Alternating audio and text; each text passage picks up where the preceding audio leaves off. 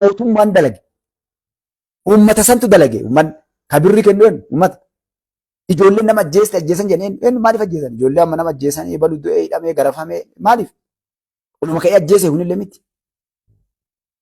Mana ofirra diiguu dhaqa kun asumatti argate kana keessa sama kun kabalee kennate shanee jedhee birriirraa fudhachuu ol dhiita ilmi kee shanee kaan jedheen ilmi shanee. Uummanni yoom gad dhaabbate yookaan laal uummanni Oromoo malama bara ofii onneen malee sooshaal miidiyaa irra dhagaa jiraan yookaan shanee waliin ta'u yookaan mootummaa waliin ta'u lamaanuma sana. Achiin duuba halkan shanee wajjin yookaan faannoo wajjin ta'ee guyyaa mootummaa wajjin boohulleen kun rakkoo uummataati. Dammaqinna uummanni keenya fagoo irraa jiru. Uummanni ganda keessa rakkoo jiru san uummanni gabbayee himaa turre asiin dura jechaa ture yaadattanii uummanni yeroo dhaqanii kaadiree maal kana isaamtu bara kenni gibannaa maal maqaan isaa yeroo gartee dhaqanii jinni kafaliyaniin bara fidirsiita nagahee. Yeroo tokko milishaa yookaan bulchaan gandaa dhiitee kabalee maaliif kenni itti gahee namatti gabbayee jira hin jedhu. Kanaami mootummaan kan namni hunda jedhu rakkoo jira jedhanii yeroo ganda dhaqan uummanni hin dubbatu. Yeroo gandarraa kaasanii warra bulchitoota. Bulchitoota gaddaa kaasanii akka achitti yeroo dubbatanii arganii giniinee dubbadhaa jedhanii godinarraa hoggana bakka biraatti fidanii achi taa'anii uummanni cimi. Maan dubbatina kunooti jarallee isinirraa kaasanii hayi kaasna bira taa'uu barge na himaa boru. Jawaaritti ammoo teksimisejiidhaa fi suuraa kaasanii argan. Mootummaa dhufee qawwee harkaa qabu furmaata godhuuf warra san isinirraa kaafnaa yoo isin dhugaan warra sanii himtanii maa hin himan. Kun maali? Hubannoota uummanni keenya 50 ta'a. Jawaarfaa dhufaaf gurura buusa gabana. Ganda qoodan Oromoo. Amma wanni Arsii keessatti naannoo gartee Arsii lixaa kana keessatti lafa badduu fi Jawaar irratti dhagaa darbachaa ooltu tunniini Jawaar Arsii dhufeeti Arsii waa godhaaf eega fayyaalessi kiyya. Jawaar ilma Arsiiti dhufee Arsii ganda isaanii misoomsee isaan fuudhee fooqii dhedheeraa Finfinnee keessaa kennaaf. Akkasii bara wanni biriin jirtu. Dura Jawaar Arsii yoo tetteen siin deebisu Arsii ibsinii dhaqa. Wallagga dhaqe. Gaafa dheengadda ijoollee shanii fuudhanii achi galchan bar akkami kenna osoo lammaan jiru ebalu jiru jimma dhuftee nu bulchitii yanii bar ganda guutuu amansanii akkas godhan asitti maa dhugaa jirtu. Tuulama keessa gaafa jaalallee akkasuma tuulamni illee. Isni galaami gandum kan inni Gujii Booraan ni dhiisi. Kana keessa naqanii uummata nama isaan irraa waa godhuuf siyaasa jaldeewwan jirreef kanneen fuudhanii qileetti naqan. Kalee gaafa mootummaan kadhatu wanni kun isin hin baaftu lakkaa jedhuun ni didan haadha mootummaa himatan. Dhiisaa lakkaa galchaa ijoollee tana wanni kun isin hin baasu koottaa rakkoo yoo jiraatu waliin haasofna kadhachaa bahe. Ijoolleen kalee isaan akka jedhanii kaayaa Wallagga deebistee nyaattee haadha. Uummanni Wallaggaa ofii haadha balbalaan wal fixa gosaan tiree Wallaggaa himartu. Amma Wallagga keessatti gosaan balbalaan namni ilma ebaluutiin wal fixuu deema. Gaafa Itoophiyaan nagaa dabartillee. Qabeenyi saamamee jira lubbuun nama hedduu baddee jirti. Ijoolleen lubbuu isaanii balleessitee fitte bakka biraatti ittiin dhufne. Oromoo keessaa taatee ilmaan Oromoo gara birii ijoollee Wallaggaatti Wallagga fixaa bahe saamaa bahe sadarkaa saniin gahe. Tuulamallee ka fixaa jiru fixaa ture akkasuma. Arsiillee ka fixaa ture Arsiin. Gujiillee Booranallee. Nama wal beeka ijoolleen sun tuun galtee harka kennatte taan qabanii galchan ijoolleen kun teettee boruu liistii gabbaasti dhagaa akkatti isin wal nyaachisan. Hinjiilleen baranne uummanni keenya kanarraa ammallee. Eenyu eegaa ala Jawaarfaa dhufaaf gad eega. Jarri kan agartee uummata keenya akka inni gartee dhama'ee gara deebi'u dhabe. Kanaaf fayyadamtee mataa waliin isin dhoofti jechuudha. Kanaaf Oromoo wanni isin dhaamuu barbaade maali? Mootummaa ofirraa jijjiiruu barbaadda? As dhiyaadhu kootu filmaata jedhiin si filaa. Warri Jawaar fa'aa jawween keenya dhiira amma maal jedhan Jawaar akkas ta'e kalee maalii yoo dalage hin jiru dagaa wanni takka asitti adda baasee irratti dubbadhu dhaabbadhe heera namatti illee karabbiitti illee nama wallaalaa ta'e malee waan kalee dalaganiin waan kalee daladdeen rabbi biratti illee kalee hadda ganama nama as taa'aa jiraamti waan amma asiin dura dabre dalageen galgala kana nyaadhuan waan ammarra jiru rabbi biratti illee wanna duraan daladdee miti seenaa feete dalagkalee. Hacaaluu Hundeessaa seenaa isaa yaadatu maal jedhe? Annama jiruun sirbuu jedhe. Maaliif jedhaniin?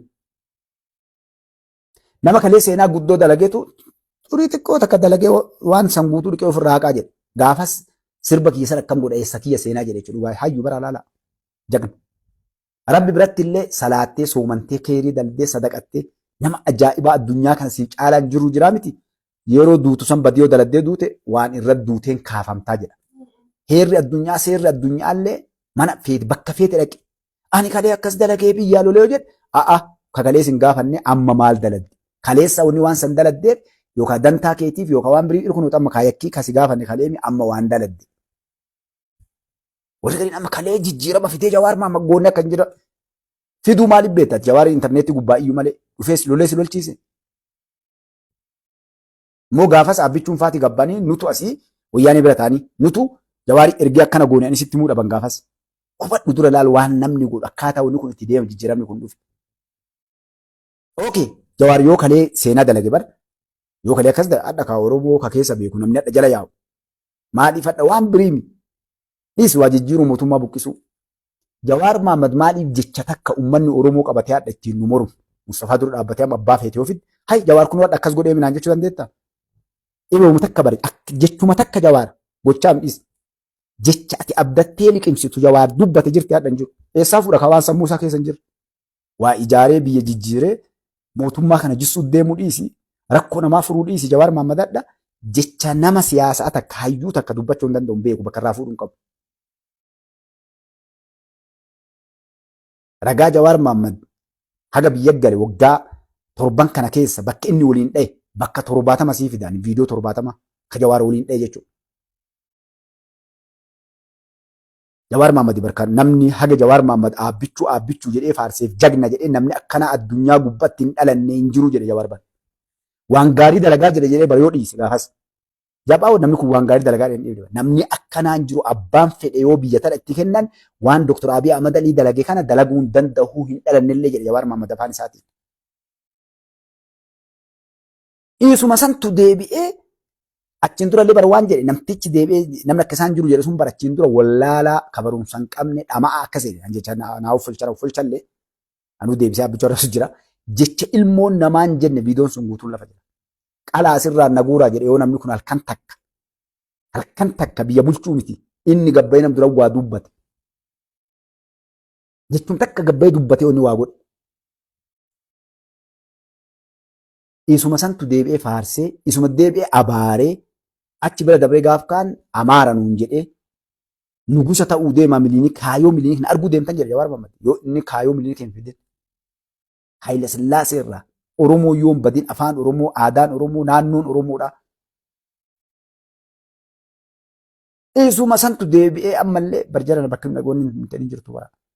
Waamee ka marqee waliin dha'ee kaan hin dha'ee gara qabatan wallaalanii nama reeffaa caaluudhaa nama du'e. Reeffa du'e bar du'e abbaan fedhe ajjeesu seenaa isaa dhatu. Hacaaluun du'eemi. Haadha abbaan murteessa moo uummata amboottu murteessa moo Jawaariif nama biraattu garii murteessa warra hawwan du'e bis. Gaafas amma argan osoo mootummaallee fiilmii dalagee bara. Hacaaluun du'eemi. Haa gadhiisee jeela seenu wallaala siyaasaa isaa. Bar Jawaariin ajjeesuudhaaf Hacaaluu irratti rabshaan sun fashalee warri Hacaaluu isa fa'a ajjeesiise. Shaabi'aa fi Wayyaaniin akkasuma Ijipti. Hacaaluun bar harka tokko lamaa meeqa ajjeese. Hacaaluu fashaltee agarraan Jawaariin ajjeesuudhaaf qopheessanii bara. Harkaa qabnan warra gartee Abiisallee ajjeesu akkas godhee eebaluu ergee jedhee warra akka jibaa jiru. Hacaaluun du'ee fincilli ka'uu dhabnaan isa ajjeesuu qopheessan. Abbichuun fuudheeti eessa geesse? Linxoo geesse. Haga gabaan sun qabbanooftee wanni sun warri horii nyaatee waan san dalagu addaan galutti. Hidhaa baasee deemaa jedhee nama gabaan addaan galte. Deengadda taayyeen akkasitti qophaa'ame. Viidiyoo intarvii qopheessanii ajjeesu fuudhanii hidhaa geessa namni. Sartillee yaa'ii biraa kaasuu bari kanallee nyaachuuf. Uummanni kuni uummata waan dalagu hin beekne Jawaar gaafas egaa Hacaaluu awwaaluu dhoorganii kaayoonni Ijipti irraa fi Shaabiyaa irraa fuudhe bakkaan ga'uu dadhabe tana akkas goon silaa maal godhu osoo gaggara yeroo sammara dhiisee bakka kana dhufuu dhabee qeerroo fincila waame bar gaafas achi dhaabbatee qeerroo gurbaan du'een argannu namni Hacaaluu ajjeese Abiy akkam jettan osoo jedhe bar hagana qofa yoo dubbate siyaasaa beekumsa qabaatee bar balaan dhaabne kaasa. Siyaasata kan beeku. Namticha ka uummanni Oromoo eeddoo naa godhamuuf hin jedhin ka mirga ittiin eeddoon godhamuuf hin qabne ka mootummaa yoo barbaade kottu as taa'ee mana wayii kennee fi eeddoo balbala godhee fi yoo baatuuf galtu ijoollee makiinaa sii kennan nutti mijanii sinaa kaayan fuudhanii eeddoo itti godhan. Mootummaan harka ofiitiin baasee baajatallee waan maraa itti kenne. Lammaffaa walii galanii amma tanallee kan rabshaa kaasuu akka isaanii siyaasa guddoo dalaganii baramu. Abbichuu ajjeesuu dadhaban gara maraan itti bu'anii dadhabe namu. Wanni silaa waa beenne jedhan guutuun isaa. Maal jedhan amma yoo atiin ijoollee jalaa kaasan jedhan buqqa'ee Oromoon wallaalaan kun bakka hundaa yaa'aa tagana jedhaniiti ijoollee silaa kaafne akkana jedhi namni kana gaafatu hin jiru jedhaniiti gabbaasan. Jawaar maal jedhe? Teksimiisajii barreessee gabaabdumatti siyaasa eegaluu dabar dandeettii isaa kana. Na kabbabanii jedhe kabbabush maqaan itti bahe. Maal warjaana jalaa kaasan? Ijoolleen waan hubanne akaakii irraa fittee lafaa yaate. Mootummaa karaa laafattu waliiseetuma taa'ee ilaale. Ni beekamre. Akkasuma walitti garagaltee ijoollee Islaamaaf Kiristaanaan daaraa ol goote. Qabeenyi meeqa badee ijoolleen maan gandummaan balaan sun keessaa ka'e deebi'ee ol gube. Fagoo biriin dhandee bara. Warruma ijarri ijaaramtu deebi'ee ol fixee ol saamee ganduma keessa balaan kun ka'e gubatee dhumate. Oromoon tun teetteen laalti, Itoophiyaan teetteen laalti. Jawaariin maal jedheen Shimallis pirezidantiin naannoo Oromiyaa abboo lola kan dhaabbatiina fudhataa arguu deemta waan ta'u jedheen. Yeroo ijoollee wal fixee bushooftu boombii olirra darbitee masgiida ari'anii kan Islaamaa kaan mucaa qalan ijoollee dhaabaa jedhee gabbayee. Gaafa saga akkas dalagu ofii akka ofii siyaasaa dalaganii. Siyaasaan lafa jirtu gaafa muummicha ministeera namni hin hubatin gaafa Jawaarii namni salaatu gaafa xiqqaa guddaan akaakii zarraa biyansan Jawaar barasuma deebi'ee waa ijaaratee waajjira wayii banatee fedhu alatti fudhu biyya keessatti. Filmaata dhufusaniif yoo of qopheesse waan xiqqin dalagu jechuudha. Garuu maal gootanii no mind siyaasaan beekan laata. Siyaasa jechuun bar kutaa laakkaa'uu miti abbaa daladdu muuxannoo qabaachuu yoo xiqqaatte waggaa 10 haga 20 wallaahi abbaa mee warra siyaasa dhagaa gaafadhaa. Keessatti hirmaattee sanuu siyaasaa jajjabduu bar cinqii keessatti mootummaa dikteetaraan kokkee wal qabattee yoo xiqqaatte waggaa 20 dalaguu qabda.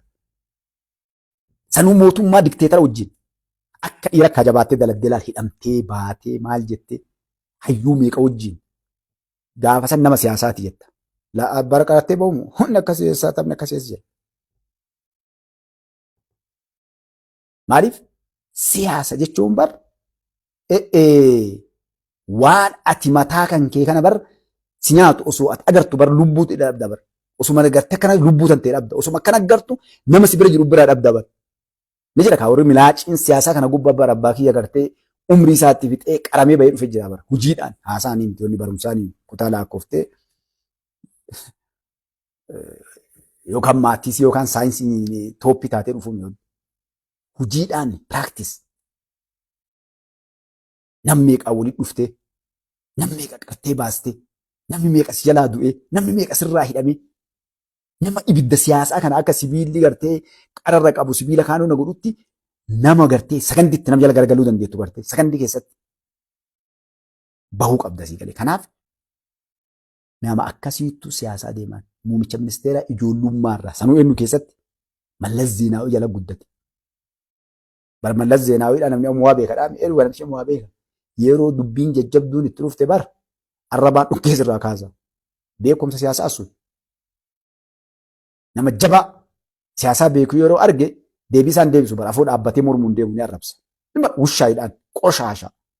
Deemi qabsoo gaara dhadhee lollee akka dhiiraa dhufnee bakka ana gaafii gaafachuuf bakka dhaabbadhe dhaabbadhu koottuudhaan namticha jabaa. Yoo kan itti deemee haasa'u taate namtichi dubbii itti fida. Hayi kun akkana seerrillee akkana jedhaa miidhaan. Onni illee qabaa namtichi beekumsa illee qaba kana ofirraa arrabsa. Arrabaan duuba maali mataa irraa buqqisuu hidhu. Achi gabbaadhaan namtichi yookaan duu hidhamuu waan beekuuf jalaa garagalaa jechuun si galee. Akka siyaasaa akka dalagan. Dhaabbichuun hoo hunda isii waan beekuuf tokkoon illee mormu abbaa hojii isaa dalagaa garuu dhattu waan akka harkaan qabdu kiisha qullaa sammuu qullaa kaayoo qullaa. Dhaabbichuu garteen isaa lolee yookaan dhaadatee akka kizarraaf jedhee yookaan deebii deebiin mammaa kumaa fi jechuma dubbii durdurii fa'aa gartee tanaan darbatee bira dabala gartee. Gabaabdumatti barsanuu eega wanni gabaan addaan galte. TPLF qawweef taankii baankii harkaa qabdu dhaabbichuu isaa deebisuu gartanii. Araakkiin tuffii jara laal tuffii jawaarfaa tuffii TPLF, tuffii Shaabiyaa, tuffii Ijiptii abbichuun 4 kiiloo namni isa keessaa ajjeesee yookaan fonqolcha mootummaatti kaasuu deemu bara reenjariin